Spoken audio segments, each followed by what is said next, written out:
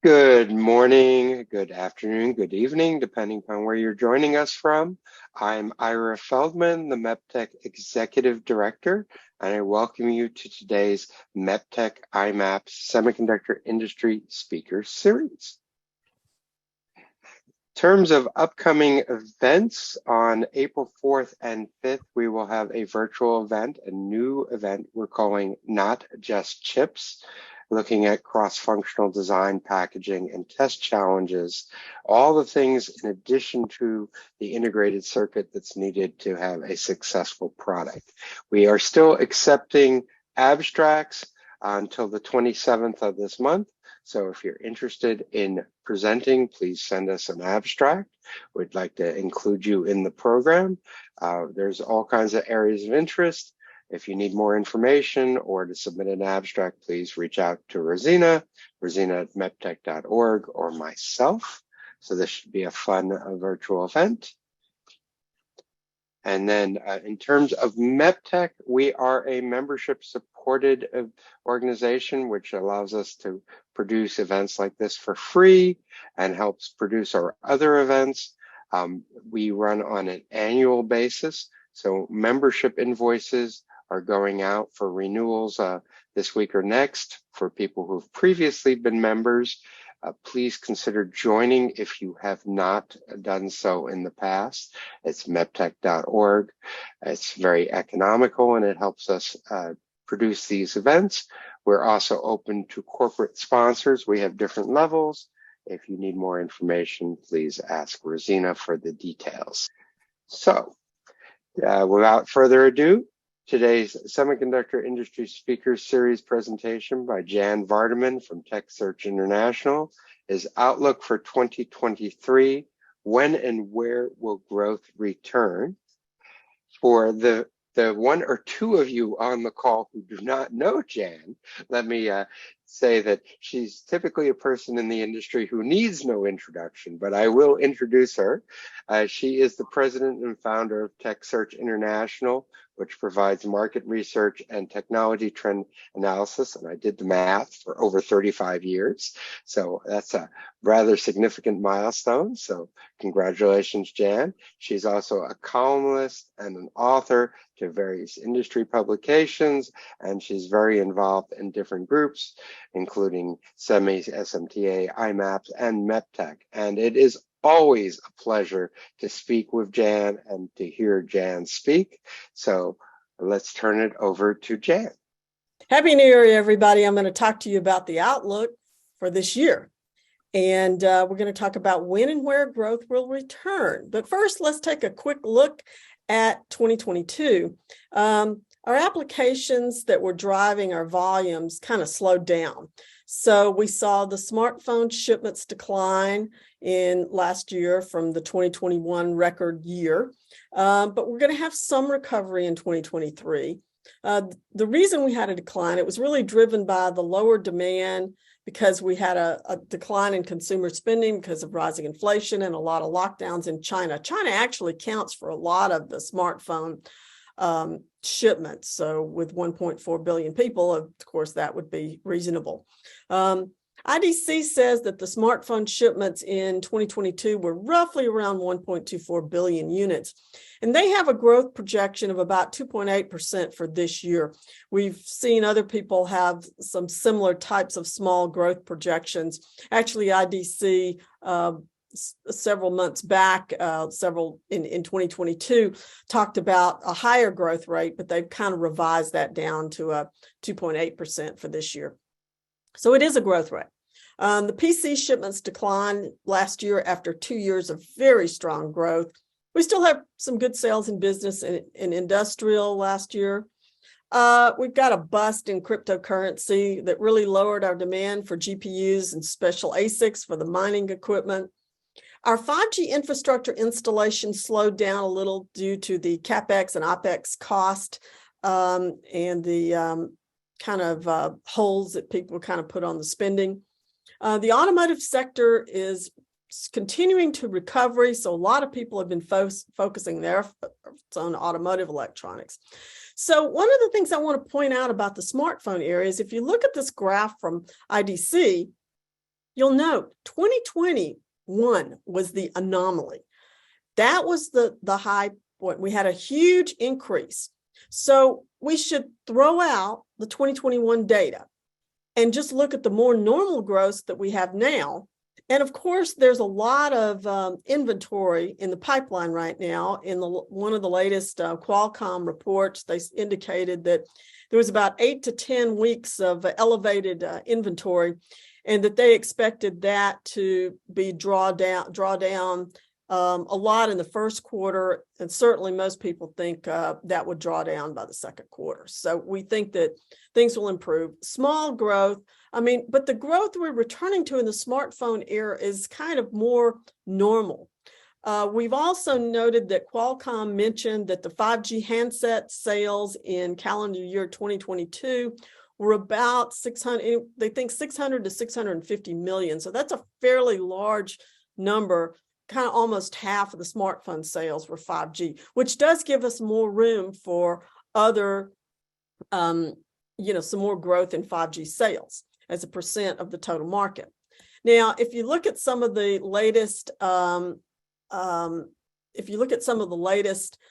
data from the iPhone 13, which was the previous to the current phone, you'll see that contained about 292 die and 176 packages.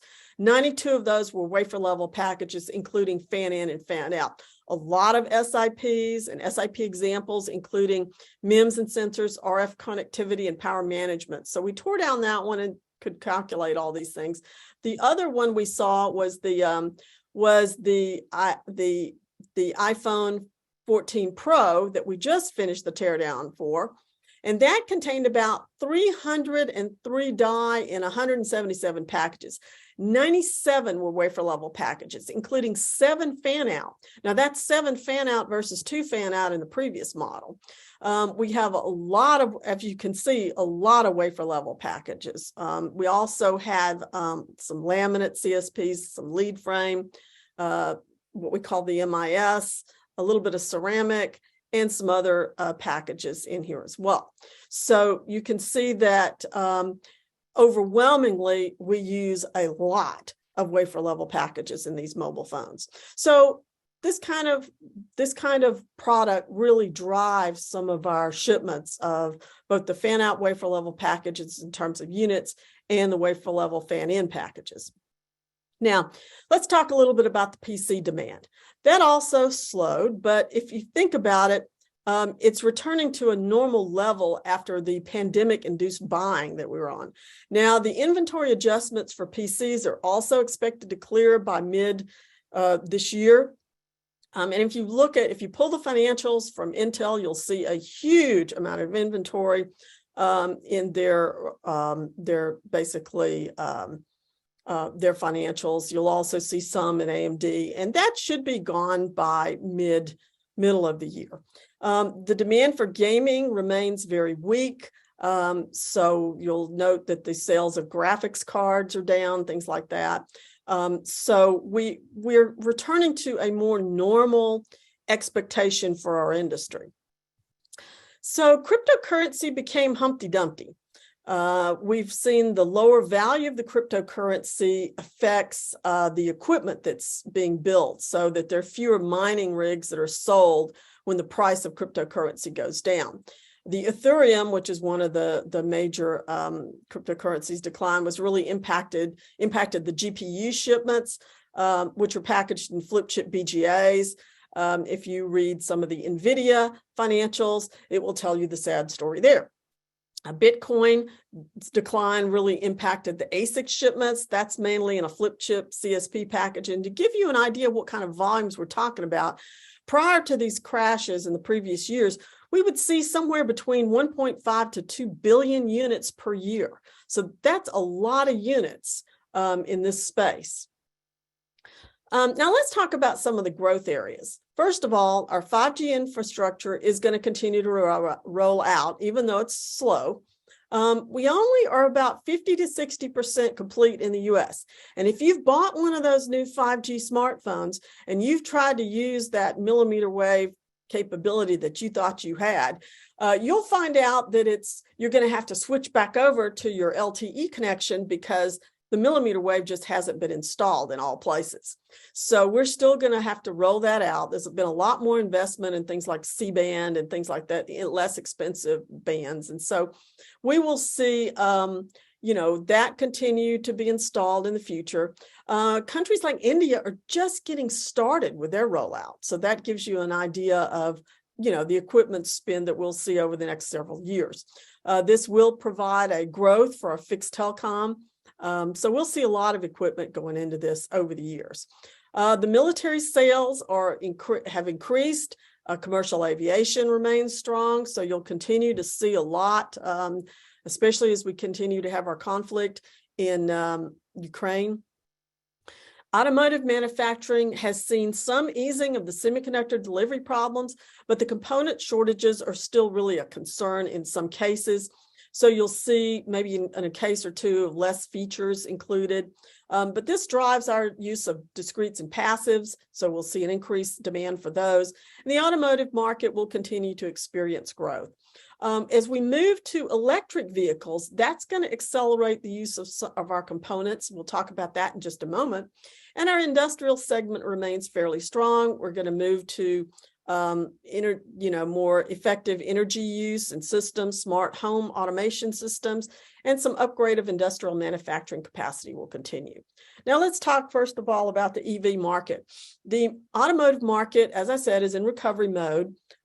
It's an improving situation. We do worry a little bit that some of the high interest rates could dampen some of our sales, but we'll have to keep an eye on that. But the EV section is where people talk about a lot of growth. In 2020, global EV sales were something like 6.6 million units.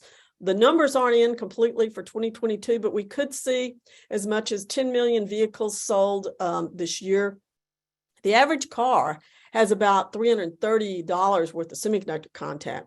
A hybrid EV has about 3,500 chips with a value of $1,000, according to the U.S. International Trade Commission. And we expect to see about 30% CAGR through 2030. So it's a continuing growth market. The other thing that has to grow is it increases demand for charging stations. We probably need to increase the infrastructure by about 12-fold by 2020. So when you first introduced automobiles in the turn of the century, you had to put in gas stations before people were willing to buy the automobile. So now the same thing is true for charging stations. We need more and more charging stations so people can go further on the charge. Now, what this EV growth is, and the charging stations as well, it creates demand for the wide band gap, such as silicon carbide and our power packages. So it's a good driver in that area. So let's talk a little bit about the silicon carbide. Tesla was one of the first people to use the silicon carbide inverter, and they still continue to use that in their models. It's seen kind of as a future. TrendForce, a company in Taiwan, predicts that with this 800-volt EV charging architecture, it's going to bring the total replacement of the silicon IGBTs with the silicon carbide. So you've got lots of announcements of people that are going to be using silicon carbide inverters. It's also used in the onboard chargers and charging stations. So at one point, TrendForce has been predicting that we would have a market that reaches about 1.69 million wafers in 2025. So we'll keep an eye on this. Very exciting for those people in this space. Now let's talk a little bit about the server market. Now, we had relatively strong growth in 2022, but we are seeing a little bit of slowdown for 2023. The North American data centers may see a little bit weaker growth, some CapEx cuts, until the next generation CPU upgrades, which is about mid-year. And we will see China-based data centers may be limited a little bit by their weak economy and the cybersecurity crackdowns. So the server growth in numbers that we've seen is expected to be closer to like a 4.3% this year, as opposed to like a 6% last year. The demand for AI accelerators and machine learning will continue, but the pace might slow slightly. So what we've seen in the revenue forecast that IDC has recently published is basically their worldwide server market revenue showing a little bit slower growth than it has in the past. Now, when we talk about these high performance areas like servers and with our machine learning and AI, this has an increased use of heterogeneous integration in chiplets. So we're going to see a lot more of this coming up in this year and the next years. There are many different package types. There's no single package type that would be, you could say, is the package type for this. So we're going to have laminate substrates, including embedded bridge in the laminates, fan out on substrate with some embedded bridge in that case, and even silicon interposers. Now, we'll also see the adoption of more 3D stacking, either with micro bumps or more with hybrid bonding, such as been introduced by AMD with their V-Cache using TSMC's SOIC. So we're expecting, and remember, the 3D stack is not a package itself, but it goes into a package. So examples of some of the new fan out that are being adopted, and we're going to see a lot more of this coming up, will be TSMC's Info LSI that's being used by Apple for their M1 Ultra. This is on a 65 millimeter buildup substrate. You can see that there are two M1 Max chips that are connected with a silicon bridge. Very exciting technology being put into practice, and I expect we'll see more of this type of technology being adopted. We've certainly seen the introduction of AMD's elevated fan-out bridge technology. The first versions of this were being assembled by SPIL and OSAT. The elevated fan-out bridge technology is for machine learning applications, such as the Frontier supercomputer. The structures use the RDLs with this embedded bridge that's you can see that it's in the shadow of the copper pillars where that's embedded. So this is shipping today in volume production. Intel also has a lot of different high-performance computing solutions that take a different tack. The Ponte Vecchio for the Argonne National Lab supercomputer combines two Foveros, which is their 3D stacking of chips with the microbumps, and in 8 HBMs plus 2 additional chips that are stacked on the EMIB technology, the embedded multi-die interconnect bridge. And there are 11 silicon bridge chips. Now, these bridge chips are really tiny, as you see. It's about the size of a basmati rice grain. And these are embedded into the substrate by the substrate suppliers. These have to be sent to the Intel fabs, that bridge, sends it to the supplier, and they have to embed that in the substrate and send it back to Intel for assembly. So that has to be known. We need to be assembling known good bridges. And so testing and known good die becomes very important in these applications. And that's a very large package for Ponte Vecchio. It's about a 77.5 millimeter by 62.5 millimeter package. Intel will also be introducing their Sapphire Rapids. This year will be the first Intel CPU with a chiplet design. Again, using the EMIB technology. Sapphire Rapids is expected to be about a 56.5 millimeter by 77.5 millimeter package. And so we'll be looking for that. We also will see more in the way of 3D with hybrid bonding. It has great potential, but it also has challenges. So people get very excited about these new packaging ideas, but you have to remind yourself that these they can't be used for everything. It has its own place. We're going to see more die to wafer configurations like we've seen with the SOIC for AMD's V-Cache. We will 3D V-Cache, and we'll also see some more wafer to wafer applications as well. And we will be able to do a lot of things with this 3D packaging that were not possible really with monolithic designs. Now, the challenges, of course, is you got to design this 3D architecture. It's a mindset that you have to move to. So you have to have really good design tools and the training how to use them. So it's a familiarity with this design, a new design technique. We also have to deal with the thermals. If you're stacking things together, you do have to worry about thermal dissipation and what you're stacking where. How to test becomes very important because you don't redo these things once you stack them together. And of course, the whole reason for some of these applications is it gives you some incredible density, as TSMC has pointed out when they introduced the SOIC technology. So if you want the greatest density, bump density, then you're going to something like this. Now, TSMC has also talked about this, and when they just had at the end of the year, had their consortium meeting where they talked about the 3D fabric, which brings the ecosystem together. Now, why do I put this slide in and talk about it here? Well, this 3D Fabric Alliance really recognizes the need for the entire ecosystem to work together to advance, to get us to next generation advanced packaging. And that's really important. And if I had to pick a theme for this year, I would say ecosystem working together would be the theme. And this includes everything from the EDA tools to the assembly, to memory, to the OSATs, to substrates and testing.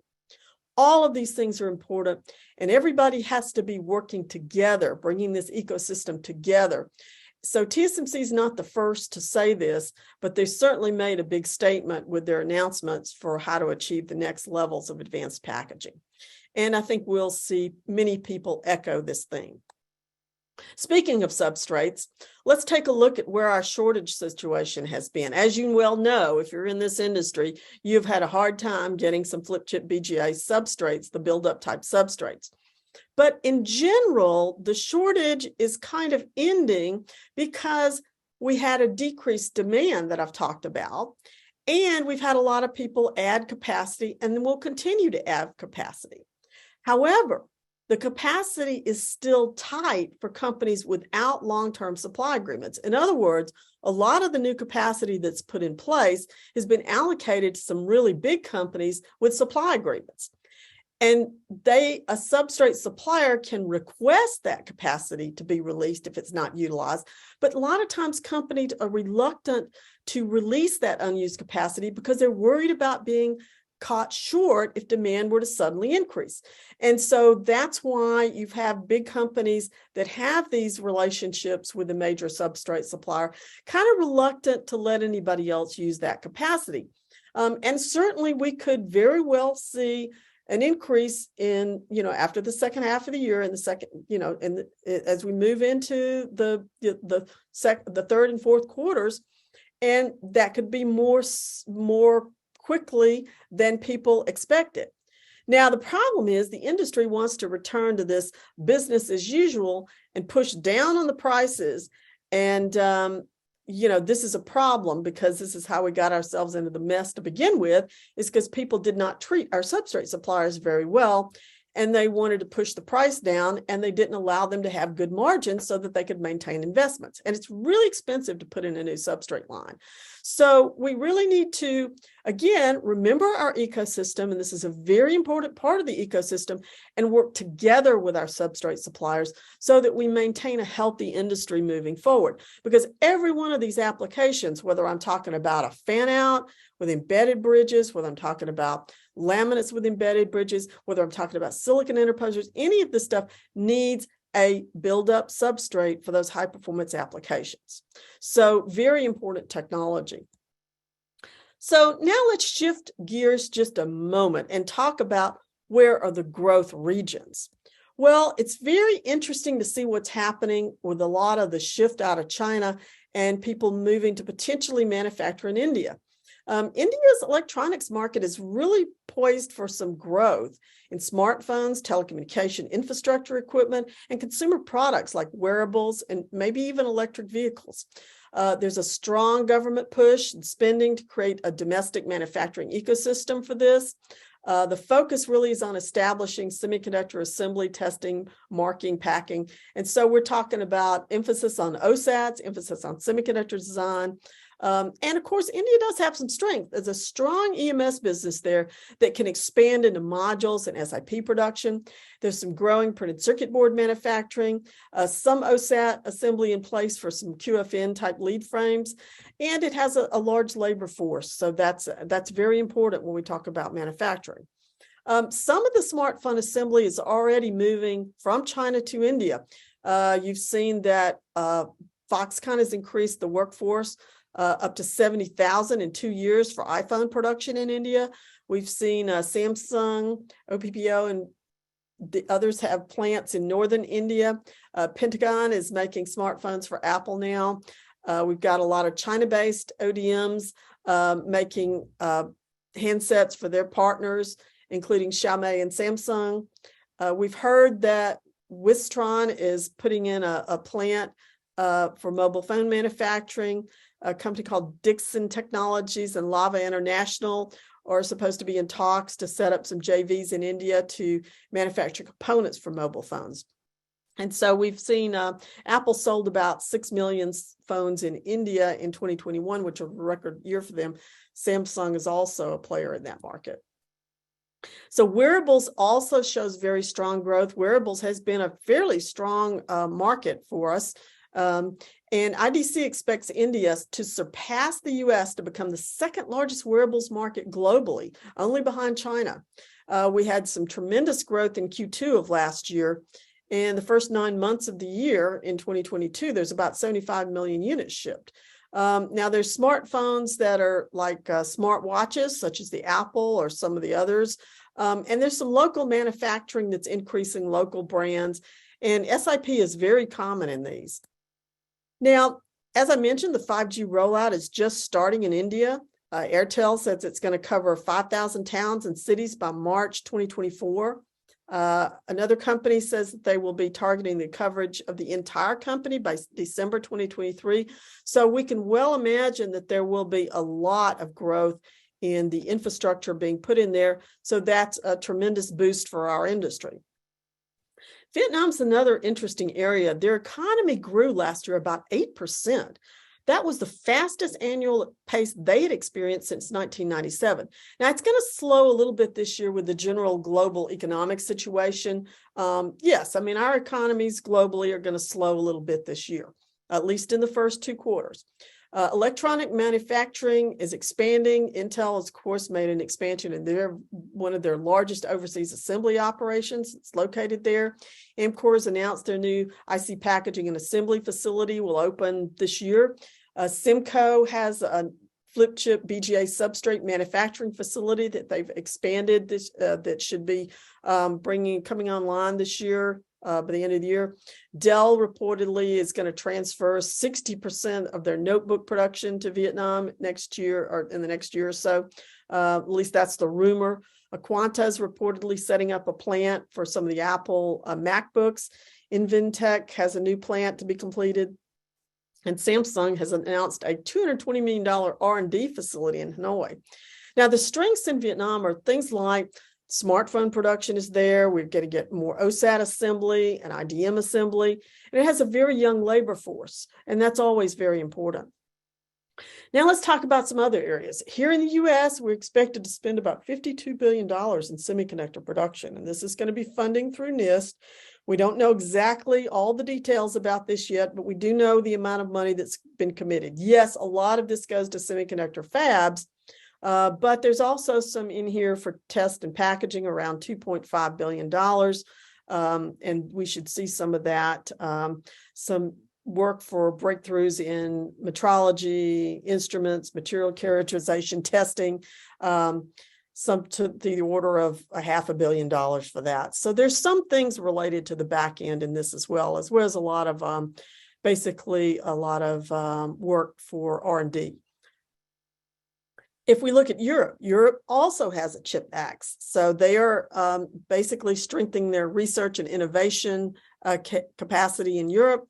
Everybody wants to build up their own geographic region. It's kind of the new arms race, if you will. And you're basically providing aid to do that. And in many cases, people are paying more attention to the smaller, innovative companies, which is very important for advancing our microelectronics industry. So there's some funding plans that have been announced. There's about $653 million loan to ST to do some work in their facilities in Italy and the Crolles facility in France. Spain has announced they're going to spend like $12.4 billion to develop semiconductors, especially for the auto industry. And of course, you've seen the announcements by Intel and TSMC for fabs in Europe. Japan is also another place that's planning on spending for the semiconductor industry. They're supposed to be providing about $5.2 billion.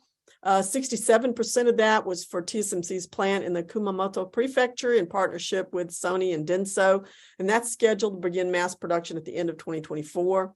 The subsidies that Japan gives out requires a plan to be submitted with a 10-year production commitment to receive the funds.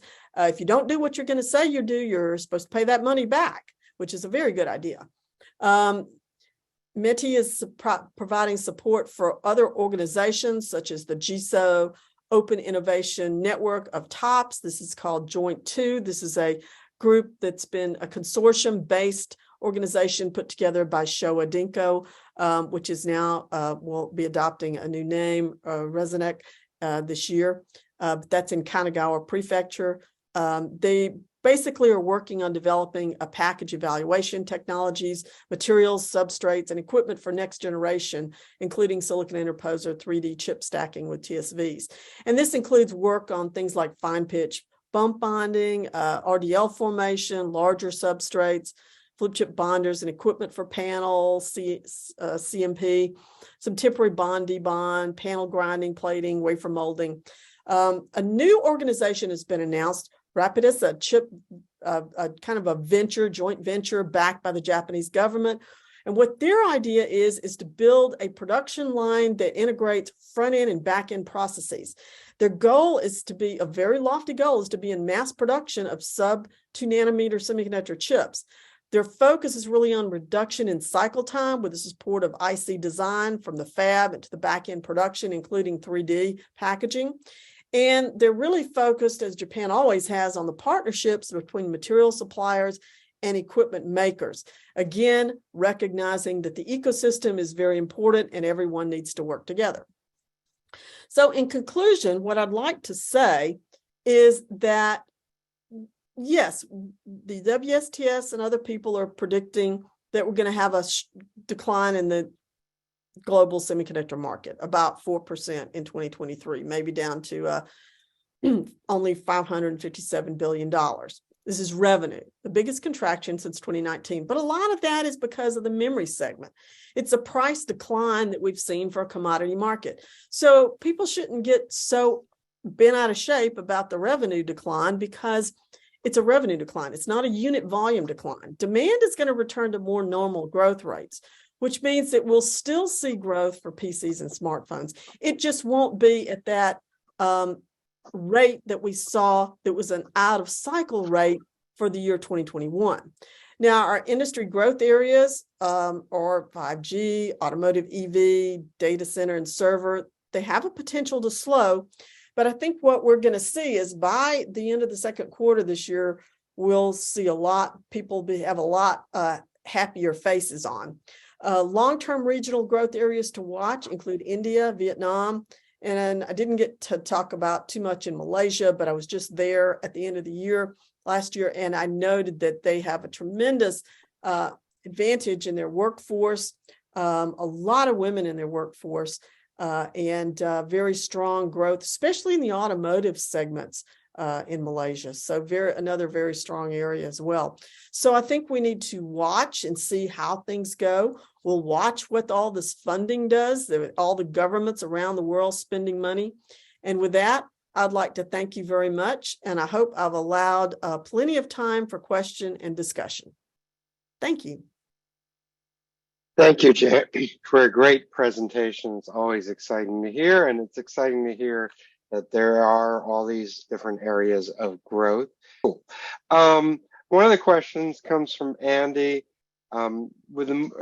Back to vehicles, with the move from hardware to software-defined ADAS, is that going to impact, traditionally wire bonded devices and MCUs, probably in the volumes? Well, you still have a lot of wire bond in the automotive sector. I mean, the ADAS stuff is typically, you'll see a lot of processors used that are very advanced, so those will be flip chips. So you'll certainly see a lot of you'll certainly see flip chip growth in those areas, but that doesn't mean that you're not going to see plenty of wire bond applications continue to be used. So there's a lot of those power devices are wire bonded power devices. We also continue to see some copper clip as well in these. Got it. Renaud asks, you use the word together so many times, but it's clear that you can't run a business just by oneself. But with the what do you see in terms of political hurdles and trade restrictions, especially the U.S. versus Asia, or with the CHIPS Act and the European version? How do you see those playing out for packaging? Well, international economics tells you that, trade is beneficial. And I think we've all lived through the last, dozens of years, and we've seen that it's beneficial. So I think that trade friction is a bad thing. It's better to try to figure out how to, have certain relationships continue. I mean, let's face it, China is a huge market. It's 1.4 billion people. You do want to sell things into that market. So, it's a mixed bag on this stuff. I mean, I know that that every government wants to make their own industry stronger, and that is a positive thing. If everybody tries to improve this industry, I think the industry as a whole benefits. But we have to be careful how we do that. Got it. Ooh asks, and I don't recall, you didn't have a slide on this, but I'm sure you may have research that's available. Asking about the technology trend and outlook for co-packaged optics, and in particular, will be impacted by the server market slowdown. I think it might have a small impact. I know that there's been a tremendous amount of research on this, but a lot of people have been working very hard on it, and I certainly expect to see co-packaged optics being introduced. And one of the reasons is because of the energy efficiency associated with that. And I probably should have put some slides in on that. I think that it's an area that is being driven by the need to be more energy efficient. And certainly that should be a driver for a lot of things in our industry right now. So I do think we'll see the adoption. I don't think it'll slow too much. We've been expecting that for some time. OFC will be coming up here, and I hope we'll see some announcements there. Right. That's where we typically see those. Did you, Beth asks whether you followed any of the CES announcements last week or this weekend. Did you, have any key takeaways from those if you were following those? I did not attend, but I did see a lot of announcements about, how we're all going to do a better job of sustainability and things like that. And I hope that people are actually going to do it rather than just put words around. So, that would be nice to see. I guess one of the most exciting things that came out of that was that, in the agriculture business, I mean, we've seen a tremendous, people don't think that agriculture is, really has that much high tech in it, but I think we've certainly seen that it does. So that what you can draw from that is that the electronics industry is moving to areas that it previously really hasn't been impacting before. And it means that our industry is becoming more and more important. It affects everybody's life. And I think that people generally, after the pandemic shortages and things like that, have a better appreciation of why this industry is so important. Makes sense. Elko passes his regards and asks about that you highlighted India and Vietnam as growth areas. And are you suggesting that the shift in electronic manufacturing to those countries will drive increased semiconductor demand in the years to come? I think certainly that you'll see, tremendous growth in demand for products in India. It's a very large population. We've certainly seen, as IDC counted, the growth in the wearables segment. So, I believe that these are very important areas for both for sales as well as production.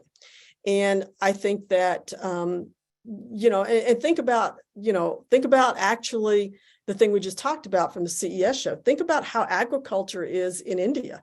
It is not automated.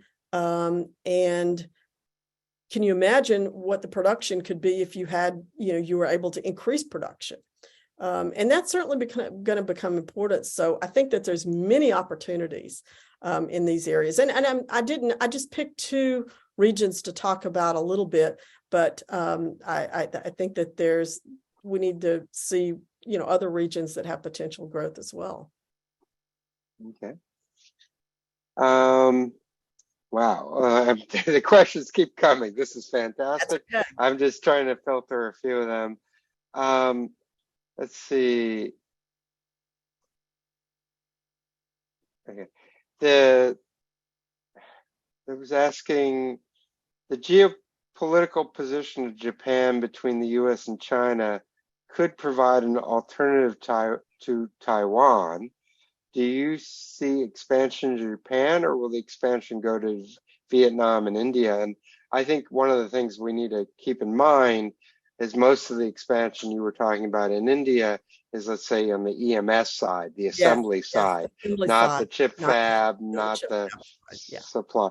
So where do you see Japan expansion versus Vietnam and India expansion? Remember, I don't know if everybody remembers, but when I was just starting out in this industry so many years ago, Japan was a powerhouse in semiconductor manufacturing.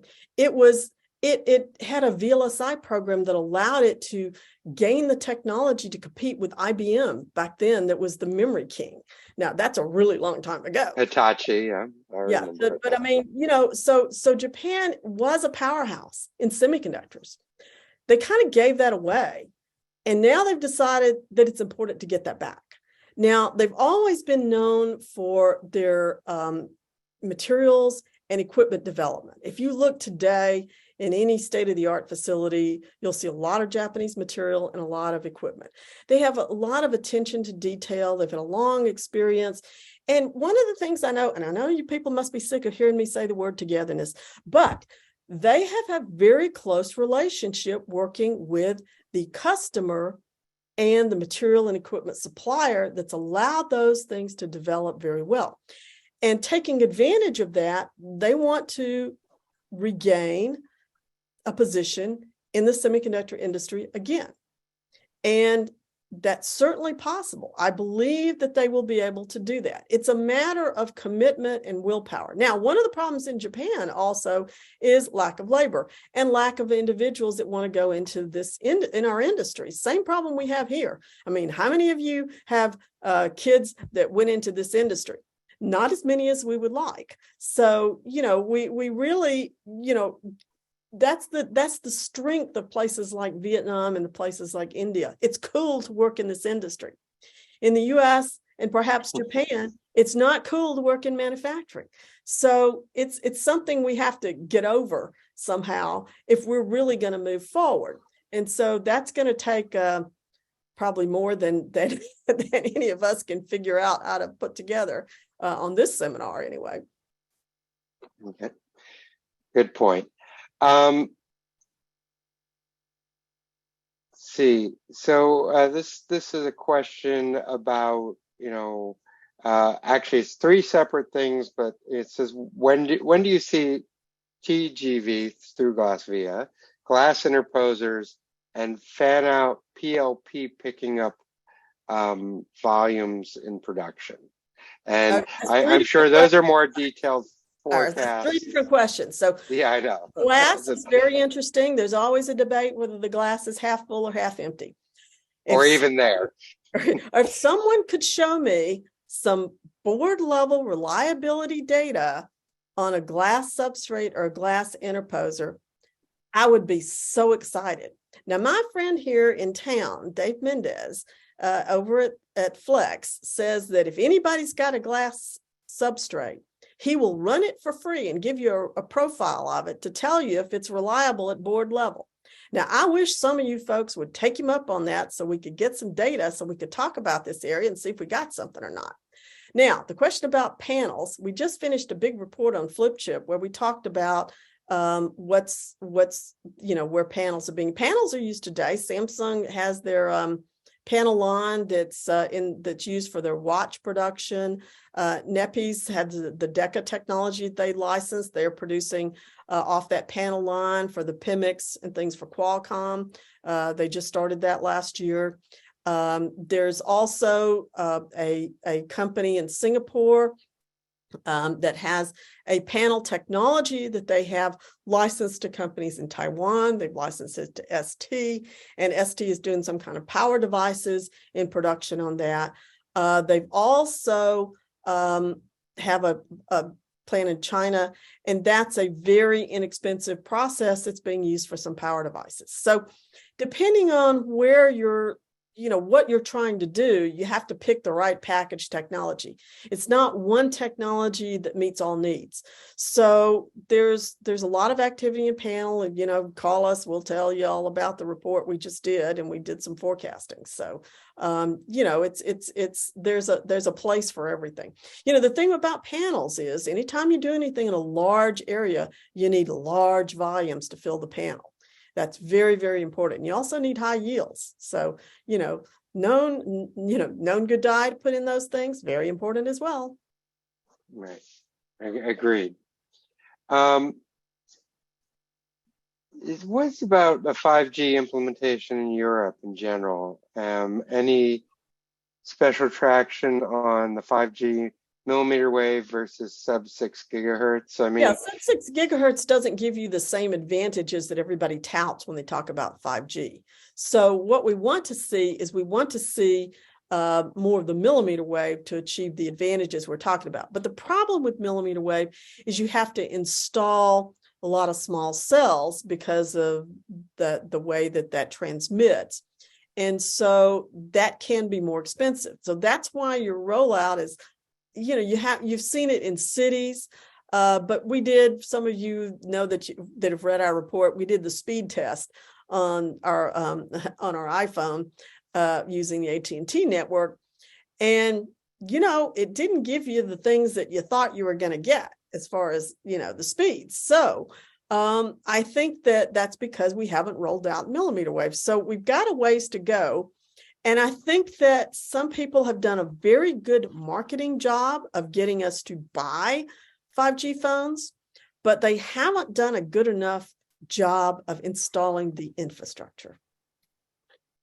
You and I can try the real 5G network when we're in Seoul for Semiconductor. Because they have installed the real 5G. They are ahead of everybody else in 5G installation. Exactly. And the question was, any insight on Europe, whether they're I think that, it's country by country. I know that some of them are continuing to roll it out. I haven't looked at the numbers to see where they are right now. Got it. Yep.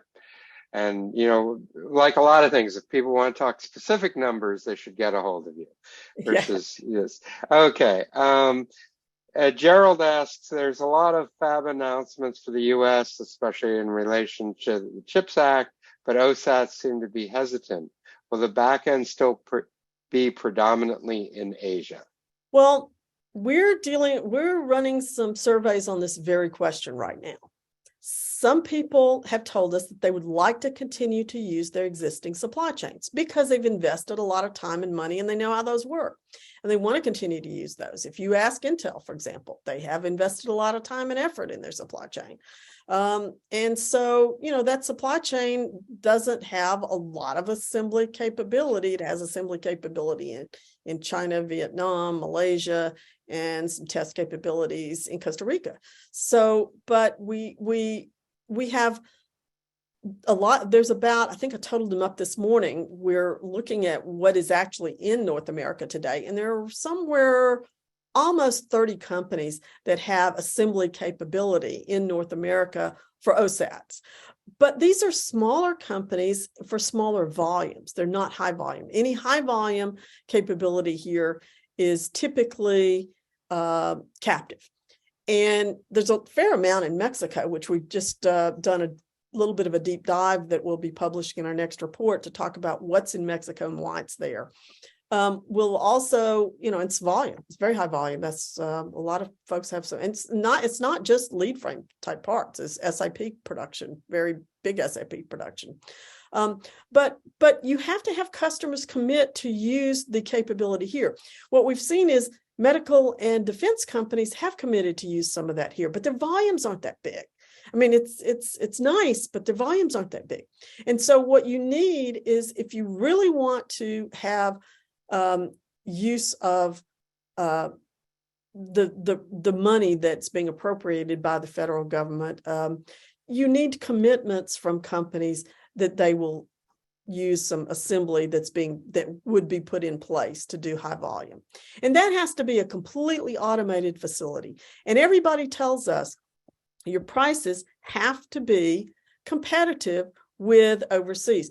And if you automate and you have a smart manufacturing capability, I don't see why you wouldn't be able to achieve that. Now, there's some other things as well that you have to consider. There's environmental cost and things like that. But I think that it's a commitment on the part of the customers to utilize something here in North America. Photonics is an area that we could certainly see being used here, because there's a limited capability around the world for photonics assembly. And we could certainly put that in here. So if you look at future type of assembly in new areas, that could go here. Or, it's just a matter of what people are willing to support. I mean, if you don't support it, you don't get it. Agreed. And it's not they build it and they will come paradigm. No, we're not good here. It's not Field of Dreams. Yeah, exactly. Okay. Next question, and I'll give you it's from Mark Lepatis. I'm giving you his last name because you may see this in print. Mark asks about standards for interconnect for chiplets. We have UCI, BAO, etc. Yes. Will we see one standard or more than one? And shouldn't we just have a single standard? Well, it's hard to get a single standard. And it's really I think that both of the ones that he mentioned are important. I know that people are designing with those. And so I clearly think we're going to have products using both of those. And then some people are still going to use their own proprietary stuff. I mean, you're still going to see a lot of proprietary stuff, because if people think they have an advantage, but if people want to have third-party chiplet designs, then there needs to be some standard that works for everybody. I think what you'll do is, if you have the major players that seem to be behind some of these standards to really work with them, then I think you'll see them propagate into production. But it's just a matter of it does take time to have that happen. And I would just suggest, Mark, reach out to you for more things for attribution. So, okay.